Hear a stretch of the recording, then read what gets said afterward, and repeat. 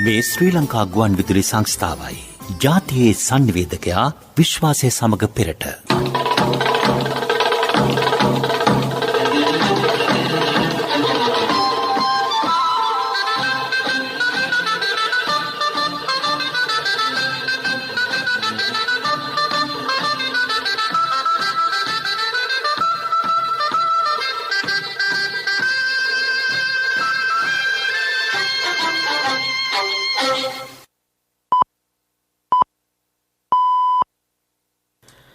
වෙලාව සවස 6යි.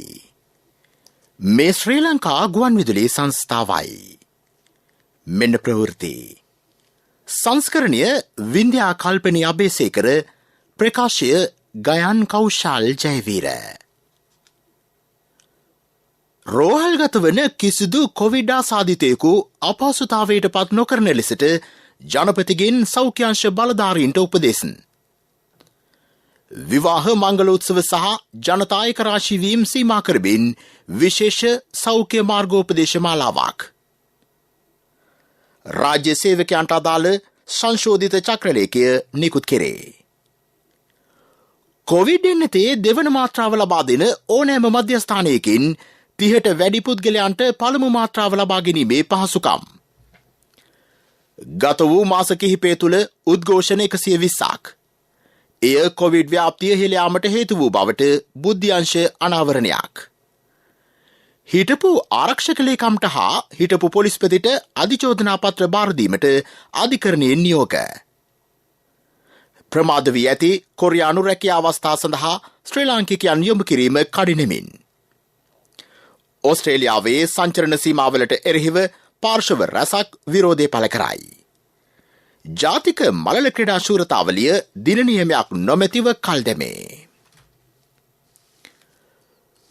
කොවිඩ් රෝග ලක්ෂණ සහිතව රෝහල්ගත වන කිසිදු රෝගියෙකු අපහසුතාවයට පත්වීමට ඉඩ නොතබන ලෙස ජනාධිපති ගෝඨාභය රාජපක්ෂ මැතිතුමා සෞඛ්‍යංශ ප්‍රධානීන්ට උපදෙස් දී තිබේ. කොළඹ ඇතුළු ප්‍රධාන නගර කිහිපයක රෝහල් වෙත දෛනිකව පැමිණෙන රෝගීන්ගේ ඉහළ යාමක් පෙන්නුම් කරයි. එලෙස පැමිණෙන රෝගීන් නිර්ණය කිරීමේදී ඇතිවන තදබදය හේතුවෙන් ඔවුන් අපහසුතාවයකට ලක් නොවිය යුතු බව ජනාධිපතිතුමා අවධාරණය කරයි. ප්‍රධාන නගර කිහිපයක් ආශ්‍රිතව අතරමැදි ප්‍රතිකාර මධ්‍යස්ථාන මීට මාස කිහිපයකට පෙර සිටම සූදානම් කෙරින. රෝග ලක්ෂණ පෙන්නුම් කරන්නන් පළමුවෙන් අතරමැදි ප්‍රතිකාර මධ්‍යස්ථාන වෙතත් පසුව රෝගයාගේ තත්ත්වය සලකා බලා රෝහල් වෙත යොමු කිරීමේ අවශ්‍යතාව ජනාධිපතිතුමා පෙන්වා දුන්නේය. එතුමා මේ බව සඳහන් කළේ එන්නත්කරණය සහ ඉදිරි මෙහෙයුම් සම්බන්ධයෙන් කොවිඩ් මර්ධන විශේෂ කමිටුව සමග අද ජනාධිපති කාර්යාලයේ පැවති සාකච්ඡාවකට එක්වෙමිනි. දෙවන එන්නත් මාත්‍රාව ලබා දෙන ඕනෑම මධ්‍යස්ථානයකින් වයස අවුරුදු 30ට වැඩි ඕනෑම අයෙකුට පළමු මාත්‍රාව ලබාගත හැකිය.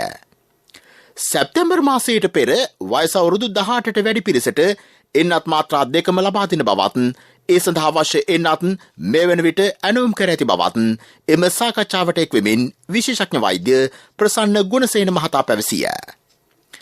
තෙවන මාත්‍රාවක් ලබා දීමට අවශ්‍ය නම් ඒ සඳහාද රජයේ සූදානම්ය.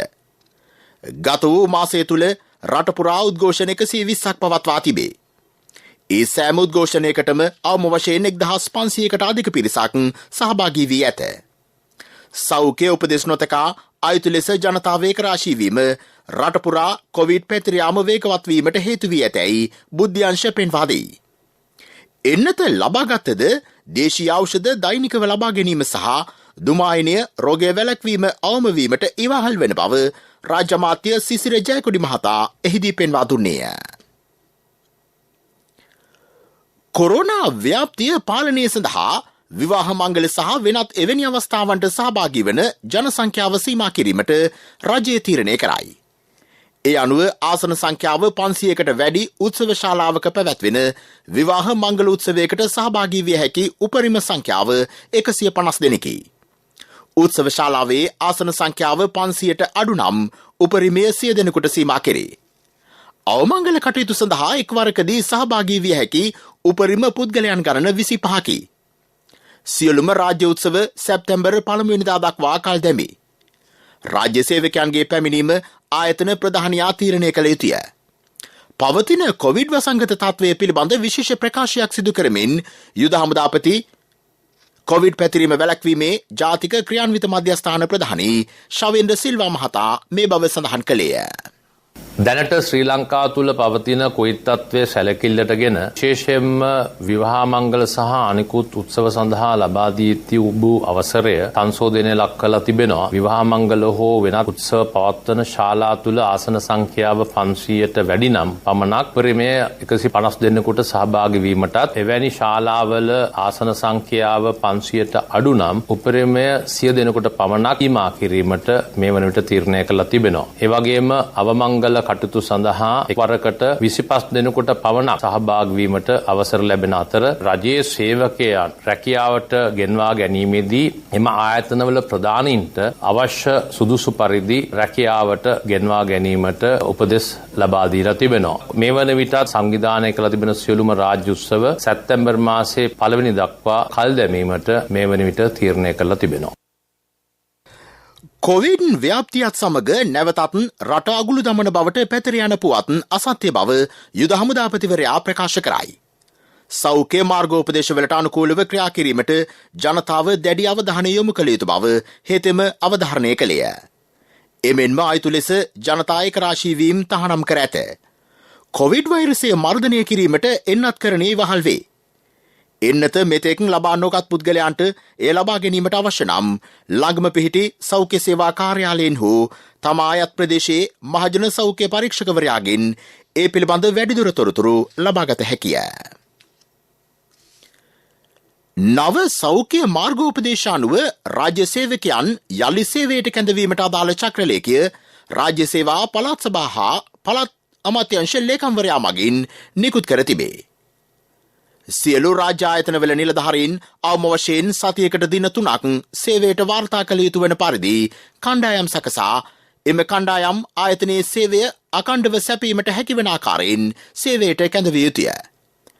එහිදී යම් නිලධාරියෙකු සේවයට වාර්තා කළ යුතු දිනයක සේවයට වාර්තා නොකළේ නම් පමණක් එම දිනය ඔහුගේ පෞද්ගලික නිවාඩුවලින් අඩු කිරීමට ක්‍රියා කළ යුතු ඇත. මේ පිළිබඳ වැඩිදුර තොරතුරු අපගේ රාත්‍රී 9 ප්‍රධාන ප්‍රවෘත්ති ප්‍රකාශයෙන් බලාපොරොත්තු වන්න. පාස්කු ඉරුදින ප්‍රහාර සම්බන්ධයෙන් හිටපු ආරක්ෂක ලේකම් හේමසිරි ප්‍රනාන්දු මහතා හිටපු පොලිස්පති පූජිත් ජයසුන්දර යන මහත්වරුන්ට අධිචෝදනා පත්‍ර බාර දීමට අධිකරණය නියෝග කර තිබේ. එම ත්‍රස්ත ප්‍රහාර පිළිබඳ ප්‍රමාණවත් බුද්ධි තොරතුරු ලැබී තිබියදීත් එය වළක්වා ගැනීමට ක්‍රියා නොකිරීම මගින් සාපරාධීව රාජකාරිය පැහැරහැර මිනිමැරීම සම්බන්ධයෙන් ඔවුන් දෙදෙනාට අධිචෝදනා පත්‍ර බාර දීමට එම නඩු ලබන 27 වෙනිදා කැඳවන ලෙස කොළඹ ත්‍රිපුද්ගල මහාධිකරණ විනිසුරු මඩුල්ල අද නියම කළේය. මේ අතර පාස්කු ප්‍රහාරයේ විමර්ශන අඛණ්ඩව ක්‍රියාත්මක කරන බව මහජන ආරක්ෂක අමාත්‍ය සරත් වීරසේකර මහතා ප්‍රකාශ කරයි. පාර්ලිමේන්තුවේදී හරින් ප්‍රනාන්දු මන්ත්‍රීවරයා නැගූ පැනයකට පිළිතුරු දෙමින් අමාත්‍යවරයා සඳහන් කළේ එහි විමර්ශනවලට රජය කිසිදු ආකාරයක බලපෑමක් සිදු නොකරන බවයි. සරත් වීරසේකර මැතිතුමාට කරපු අභියෝගය එතුමා බාර ගන්නවා නම් ඕනම නාලිකාවකට ඇවිල්ලා අපි ඒක කතා කරමු. මේ රැල්ලට බය නම් වැල්ලට එන්නේ නැහැ කියපු හරින් ප්‍රනාන්දු මැතිතුමා මේ CID එකට ප්‍රශ්න කරන්න ආවම කිව්වම කෙලින්ම ගිහිල්ලා නවලෝකෙට මේ ගිහිල්ලා ඇඩ්මිට් වෙනවා. ඉතින් ඒ වගේ කෙනෙක් එක්ක මේ අභියෝගයට බුන් දෙන්න කැමති නැහැ. නමුත් මේ පාස්කු පහරේ මේක දාව වැදගත් ගරු කතානායකතුමනි පාස්කු පහර පිණිස විමර්ශනය දිගටම යනවා. දැන් යහපාලන ආණ්ඩුවෙන් අත්අඩංගුවට අරගෙන රිලීස් කරපුවාත් අපි නැවතවරක් අත්අඩංගුවට අරන් තියෙනවා හජ්ජුර් අක්බර් වැනි අය. එතකොට මේකේ විමර්ශනයටවත් අපි සම්බන්ධ නැහැ. ඒ වගේම තමයි පාස්කු පහරටවත් සම්බන්ධ නැහැ. මේ CID එක නැත්නම් අපරාධ දෙපාර්තමේන්තුව අපරාධ පරීක්ෂණ දෙපාර්තමේන්තුව විමර්ශනය කරන්නේ ඔය දෙකටම සම්බන්ධයි. හරින් ප්‍රනාන්දුවේ විමර්ශන සම්බන්ධයි. ඒක නිසා ඔබතුමා විවාදයකට යනවා නම් CID එකේ ඔෆිසර්ලට කියන්න. මාත් එක්ක එන්න ඕනේ නැහැ. මොකද මේක දේශපාලන කටයුත්තක් නෙමෙයි. මේක පොලිසිය කටයුත්තක්. ඒක දැනගන්න. ආගමන හා විගමන පනත යටතේ නියෝග අද පාර්ලිමේන්තුවේදී විවාදයට ගැනුණි. තමන් ගැන සහ රට ගැන සිතා කොවිඩ් පාලනය කිරීමට සියලු දෙනා එක්ව ක්‍රියා කළ යුතු බව විවාදයට එක්වෙමින් රාජ්‍ය අමාත්‍ය ජානක වක්කුඹර මහතා පැවසිය. එමෙන්ම මෙම වසරේදී සුළු අපනයන භෝගවලින් විශාල ආදායමක් උත්පාදනය කිරීමට හැකි වී තිබේ. මරණ බිය දැනෙනකොට විතරක් නෙමෙයි වෛද්‍යවරු කියනකොට ඒක අහන්න ඕන. අදත් වෛද්‍යවරු කියනවා සෞඛ්‍යංශයෙන් කියනවා අපේ මේ හැසිරීම රටාව හොඳ නැහැ කියලා. ඒ නිසා නියෝජ්‍ය කතානායකතුමනි අපි කියනවා මේ 225 දෙනාටම මේ වෙලේ රට ගැන හිතලා ජනතාවගේ ජීවිතය ගැන හිතලා අපි සියලු දෙනාම කටයුතු කරන්න ඕන. අපි අවුරුද්දක් වෙනවා මේ 225 දෙනාම පාර්ලිමේන්තුවේ ඇවිල්ලා. එන්න ඡන්දෙ දුන්නේ මේ රටේ ජනතාව. කොවිඩ් හැදෙන්නේ පක්ෂයක් පාටක් ආගමක් කුලයක් කියලා නෙමෙයි. හැම කෙනාටම කොවිඩ් හැදෙනවා. පාර්ලිමේන්තු මන්ත්‍රීවරු කී දෙනෙක් ඉන්නවද? පක්ෂ පාට ආගම් කුලේ බලන්න පුළුවන්. පස්සේ හැබැයි මේ ප්‍රශ්නේ විසඳගන්න නිකන් කියලා වැඩක් නැහැ. සම්පූර්ණ සහයෝගය ලබා දෙන්න ඕනේ. අපි ඔක්කොම එකතු වෙලා මේ ප්‍රශ්නේ විසඳගන්න ඕනේ. ඡන්ද කරන්නත් ජනතාව ඉන්න ඕනේ. නව තාක්ෂණ යොදා ගනිමින් ගමන් බලපත්‍ර යාවත් කාලීන කිරීමට අවශ්‍ය වෙයි. ඊට අදාළ ක්‍රියාමාර්ග ආගමන විගමන දෙපාර්තමේන්තුව ක්‍රියාත්මක කළ යුතු බව රාජ්‍ය අමාත්‍ය අරුන්දික ප්‍රනාන්දු මහතා සඳහන් කළේය. එන්නත් කරන වැඩපිළිවෙල සාර්ථක කර ගැනීමට විපක්ෂය සහාය ලබා දෙන බව පාර්ලිමේන්තු මන්ත්‍රී ලක්ෂ්මන් කිරියල්ල මහතා ප්‍රකාශ කරයි. විවාදයට එක්වෙමින් ඔහු සඳහන් කළේ මහනුවර ඇතුළු මධ්‍යම පළාතේ ප්‍රදේශවලට සංචරණ සීමා පැනවිය යුතු බවයි. දැන් මම මේ කතා කරන මොහොතේ මට මහනුවරේ දුරකථන පණිවිඩ දෙක තුනක් ආවා වෛද්‍යවරුන්ගෙන්. ඕන් කියනවා මහනුවරට තාම ඩෙල්ටා වෛරස් එක ඇවිල්ලා නැහැ කියලා. ඕන් ඉල්ලීමක් කරනවා මේ මහනුවර ප්‍රදේශයට සංචරණ සීමා දාන්න කියලා. නැත්තම් මහනුවරත් බේර ගන්න බැරි වෙයි කියලා වෛද්‍යවරු කීප දෙනෙක් මට කතා කරලා කිව්වා. ඉතින් මම රජයෙන් ඉල්ලීමක් කරනවා මහනුවර සහ විශේෂයෙන්ම කන්ද උඩරට පළාතට සංචරණ සීමා දැම්මොත් උඩරට පළාත් බේර ගන්න අවස්ථාවක් ලැබෙයි කියලා. ඉතින් ඇත්ත වශයෙන්ම පළවෙනි සීයාවේ රටේ ඉඳලා ඒ සීය නවත්ත ගන්න තිබ්බ ගරු චබල් ලැබෙතුමා. එදා සජිත් ප්‍රේමදාස මැතිතුමා කිව්වහම එයාපෝට් එක වහන්න කියලා ජනවාරි 24 පෙබරවාරි 5 මාර්තු 17 වෙනකන් එයාපෝට් එක ඇරලා තිබ්බා. ඒ පළවෙනි සීය රට ඉඳලා ආවා. ඒ සීය තමයි මේක බෝ කරුවේ. අපි දොස් කියන්නේ ඔබතුමා දන්නවනේ මේ පැණිබීපු වැඩි මේ පාර්ලිමේන්තුව ඇතුළෙත් බිව්වනේ. ඒ වැරදි අපි ආපස්සට දාලා අපි සහයෝගය දෙන්න සූදානම්. තමුන්නාසෙලා අපේ සහයෝගය ඕන නම් පාර්ලිමේන්තු කමිටු එකක් පත් කරන්න. ආණ්ඩු පක්ෂයයි විපක්ෂයයි. අපි ඒකට එන්න සූදානම්.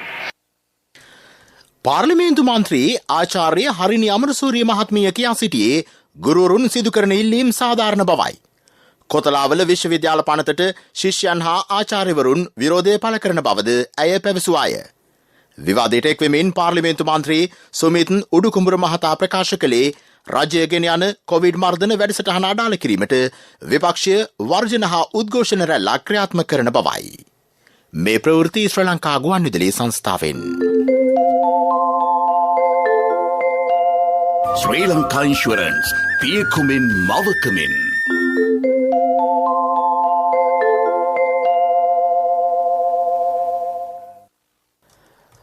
පවතින කොරුණා වසංගතය හමුවේ ප්‍රමාද වී ඇති කොරියානු රැකිය අවස්ථා සඳහා ශ්‍රී ලාංකිකයන් යොමු කිරීම කඩිනම් කිරීම සඳහා අවශ්‍ය පියවර ගැනේ. විදේශ අමාත්‍ය දිනේෂ් ගුණවර්ධන මහතා ප්‍රකාශ කළේ මේ සම්බන්ධයෙන් රාජ්‍ය තාන්ත්‍රික මට්ටමින් සාකච්ඡා සිදු කරමින් පවතින බවයි. ඔහු මේ බව සඳහන් කළේ පාර්ලිමේන්තුවේ පැවති විදේශ කටයුතු පිළිබඳ අමාත්‍යංශීය උපදේශකාරක සභා රැස්වීමට එක්වෙමිනි. ශ්‍රී ලාංකිකයන්ට කොරියාවේ කෘෂිකර්ම ශේෂ්ත්‍රයේ රැකියා අවස්ථා ලබා දීමට කොරියානු තානාපතිවරයා විශේෂ යෝජනාවක්ද ඉදිරිපත් කර ඇත.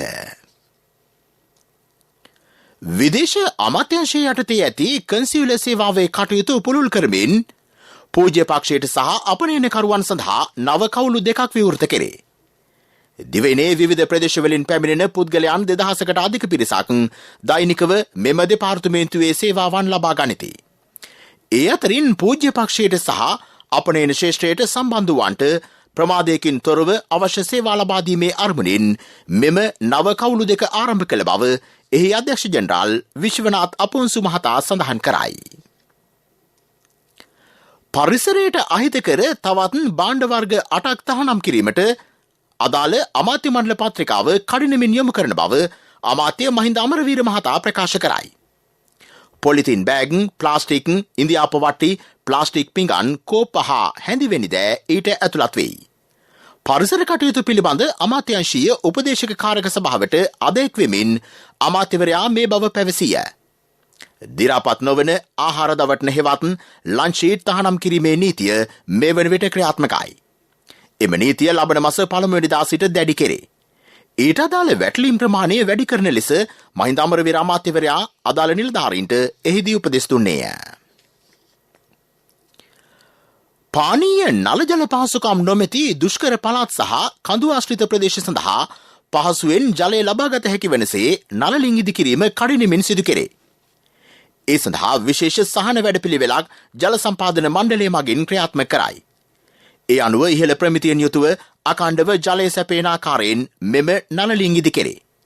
නළලිඳක් ඉදිකිරීම සඳහා පෞද්ගලික ආයතන සහ කාර්මිකයන් අය කරන ගාස්තුවට වඩා 50% මිලාඩු කිරීමක් යටතේ පහසුකම් ලබා දීම මෙහි ඇති විශේෂත්වයයි.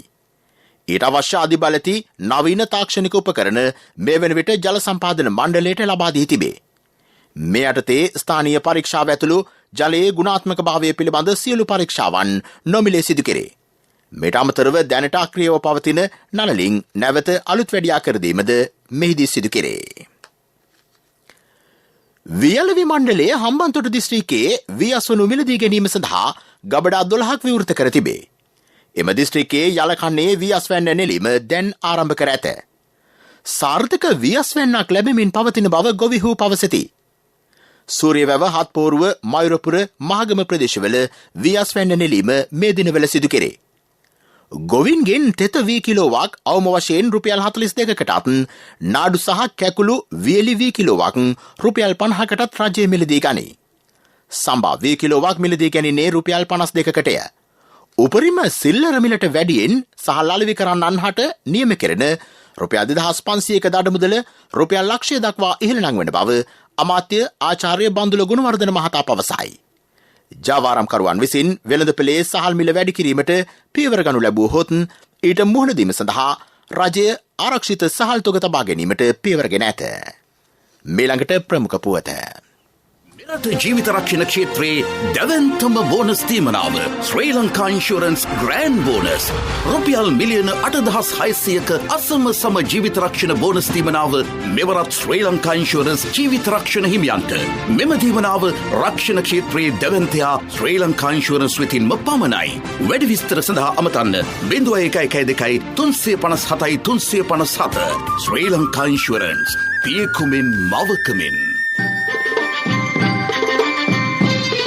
ප්‍රමුඛ පුවත ඔබ වෙත ගෙනෙන්නේ සෑම ගෙදරකම සිටිය යුතු වෙද මහත්මයා සිද්ධාලේප.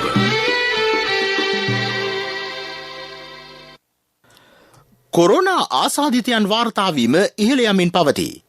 ඔක්සිජන් අවශ්‍යතාවය පවතින අසාධ්‍ය රෝගීන්ද ඒ අතර වේ.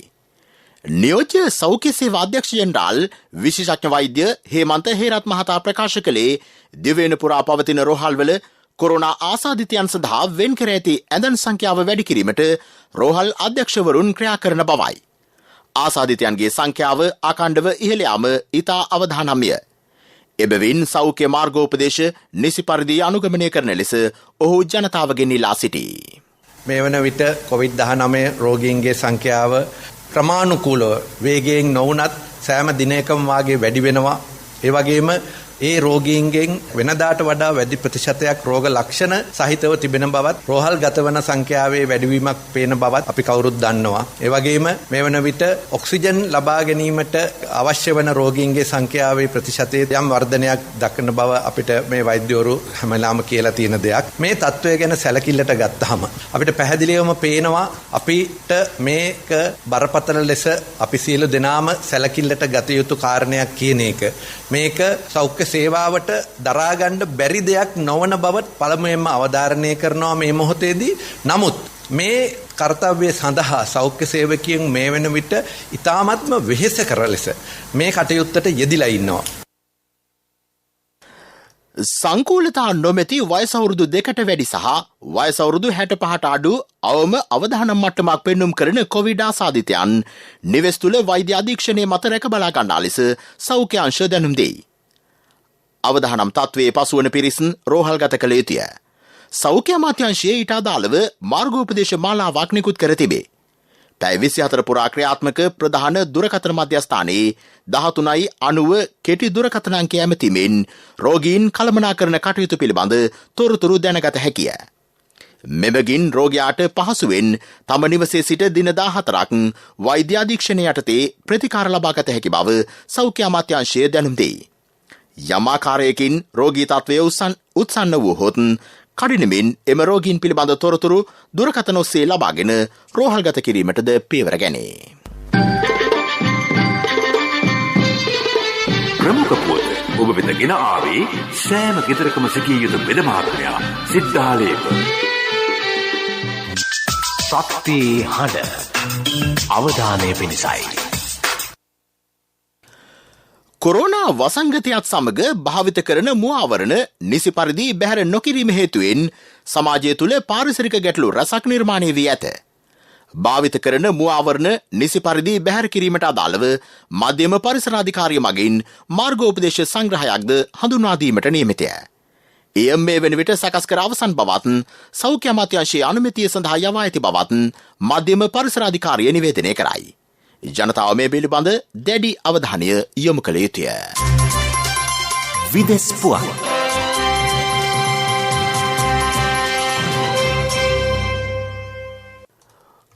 ඔස්ට්‍රේලියාවේ සංචරණ නීති දැඩි කිරීම සම්බන්ධයෙන් බොහෝ දෙනෙක් අප්‍රසාදය පළ කරති. එරට පුරවැසියන්ට නැවත දැනුම් දෙනතුරු රටින් පිටවීම තහනම් කර ඇත. දේශ සීමා අතර පවතින සංචරණ සීමාද දැඩි කර ඇති බව විදෙස් මාධ්‍ය වාර්තා කරයි. සිඩ්නි, මෙල්බර්න් හා බ්‍රිස්බේන් ඇතුළු නගර රැසක් මේ වන විට අගුළු දමා තිබේ. ඩෙල්ටා වෛරසයේ ව්‍යාප්තියත් සමග ඔස්ට්‍රේලියානු රජය ප්‍රදේශ රැසක් අගුළු දැමීමට පසුගියදා ක්‍රියා කළේය. එරට රජය ප්‍රකාශ කරන්නේ ජනගහනයෙන් 80%කට වැඩි ප්‍රමාණයකට කොවිඩ් මර්ධන එන්නත ලබා දෙනතුරු නැවත රට විවෘත නොකරන බවයි. මෙවන විට එරට ජනගහනයෙන් කොවිඩ් මර්ධන එන්නත ලබාගෙන ඇති පිරිස 19%කි. එන්නත් කරන ක්‍රියාවලිය මෙවන විට කඩිනම් කර ඇති අතර එය අකණ්ඩව සිදු කරන බව ඔස්ට්‍රේලියානු රජය පවසයි.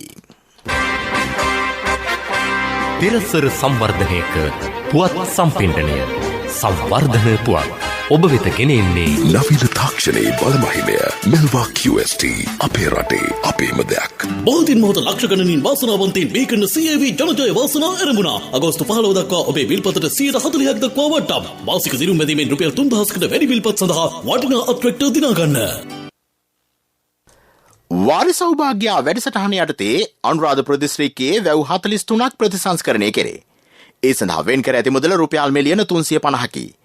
වසර 30කට අධික කාලයක් මෙම වැව් ප්‍රතිසංස්කරණය නොකිරීම හේතුවෙන් ගොවිහු දැඩි දුෂ්කරතාවයකට පත්ව සිටිති.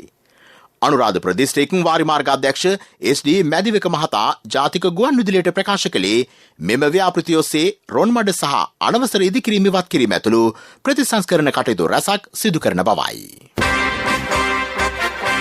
පෙරසර සංවර්ධනයක පුවත් සම්පින්ඩනය සංවර්ධන පුවත් ඔබ වෙත ගෙන ආවේ.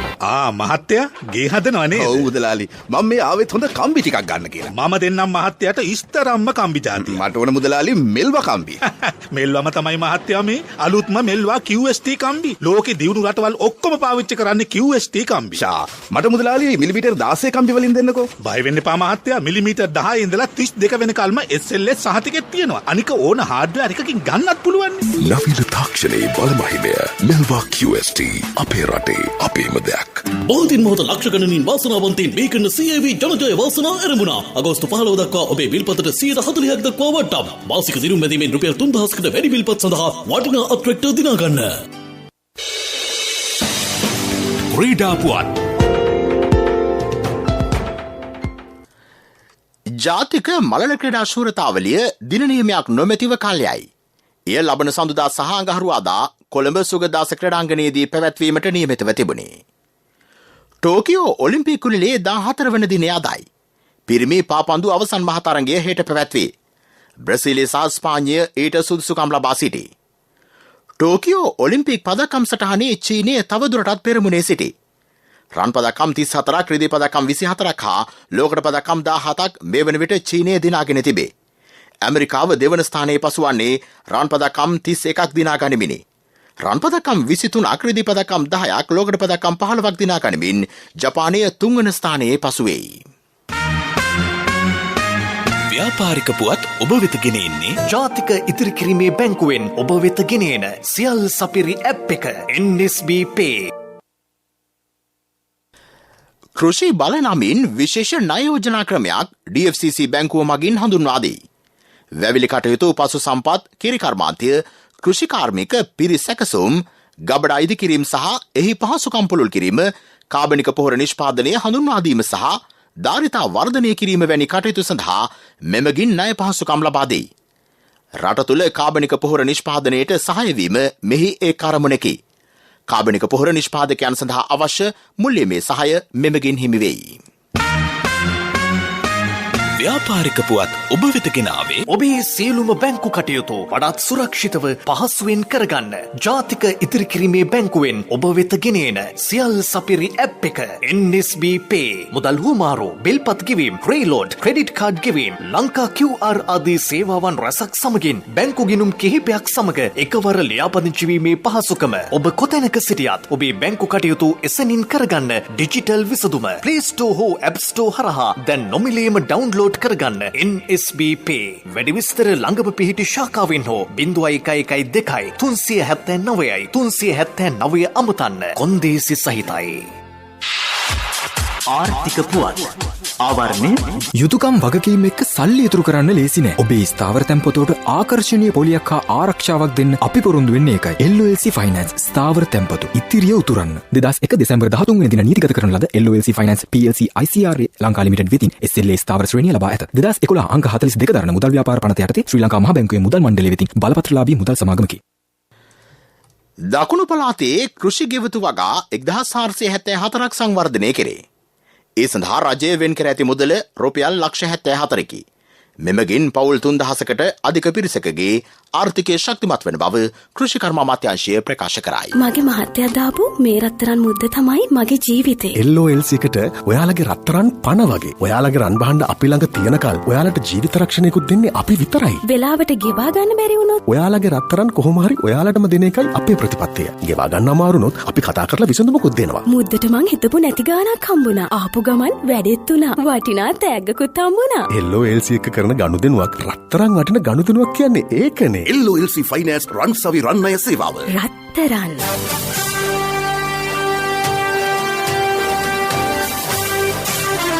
කාලගුණ වාර්තාව ඔබ වෙත ගෙන එන්නේ. සයුරු දීවර කාලගුණ තොරතුරු සේවාව.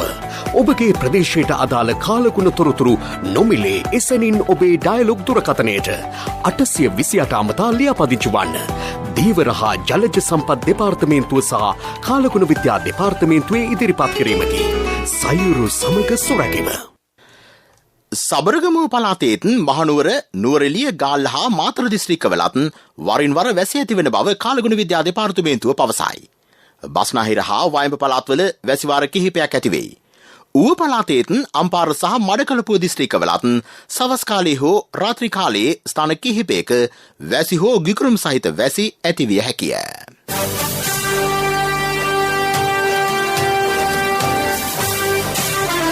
කාලගුණ වාර්තාව ඔබ වෙත ගෙන ආවේ. සයුරු දීවර කාලගුණ තොරතුරු සේවාව. ඔබගේ ප්‍රදේශයට අදාළ කාලගුණ තොරතුරු නොමිලේ එසැනින් ඔබේ ඩයලොග් දුරකථනයට 828 අමතා ලියාපදිංචි වන්න.